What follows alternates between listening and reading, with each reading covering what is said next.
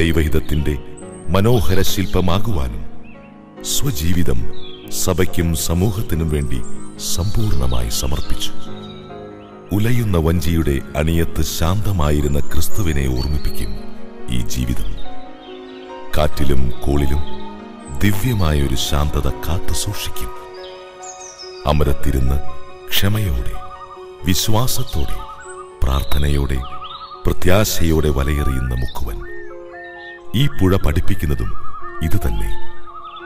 പരിഭവങ്ങളില്ലാതെ ഒഴുകുവാൻ, എല്ലാം സ്വീകരിക്കുവാൻ, വന്ദനങ്ങൾക്കൊപ്പം നിന്ദനങ്ങളും ഏറ്റുവാങ്ങുവാൻ, ആത്യന്തികമായതിനെ ആലിംഗനം ചെയ്യുവാൻ ഓരോ പ്രവാഹവും പഠിപ്പിക്കുന്നു.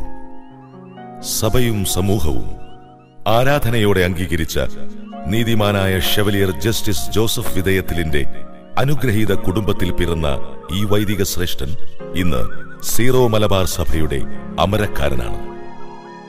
ദൗത്യബോധമുള്ള ഒരു ആത്മീയ നേതാവ്. ദർശനങ്ങളിലെ വ്യക്തത കൊണ്ടും കർമ്മനിരതമായ വിശ്വാസം കൊണ്ടും പ്രാർത്ഥനാ നിർഭരമായ സന്യസ്ത തേജസ്സുകൊണ്ടും നന്മയുടെ കാവൽക്കാരനായി നമ്മുടെ കാലത്തിന്റെ നിർമ്മല മനസ്സാക്ഷിയായി ജീവിക്കുന്നു.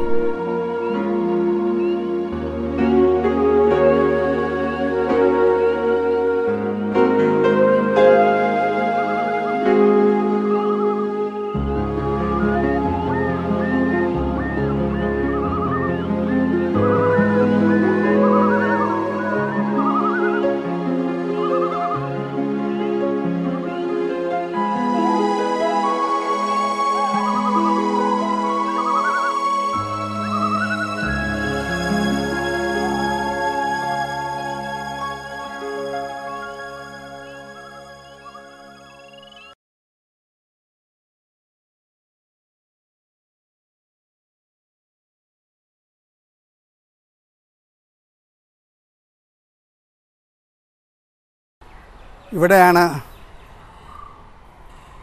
ഞാൻ 1946 ജൂൺ മാസം 5-ാം തീയതി നോവിഷ്യറ്റിൽ കയറിയത്. എൻ്റെ പ്രാഥമിക വിദ്യാഭ്യാസം പറവൂർ കച്ചേരിപ്പടി സെൻറ്റ് ജർമ്മൈൻ സ്കൂളിലായിരുന്നു. അത് കഴിഞ്ഞ് എൻ്റെ ഹൈസ്കൂൾ വിദ്യാഭ്യാസം മുഴുവനും തിരുവനന്തപുരത്ത് സെൻറ്റ് ജോസഫ് ഹൈസ്കൂളിലായിരുന്നു.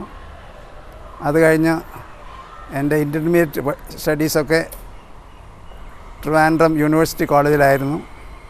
അത് കഴിഞ്ഞ് ഞാൻ 2 വർഷം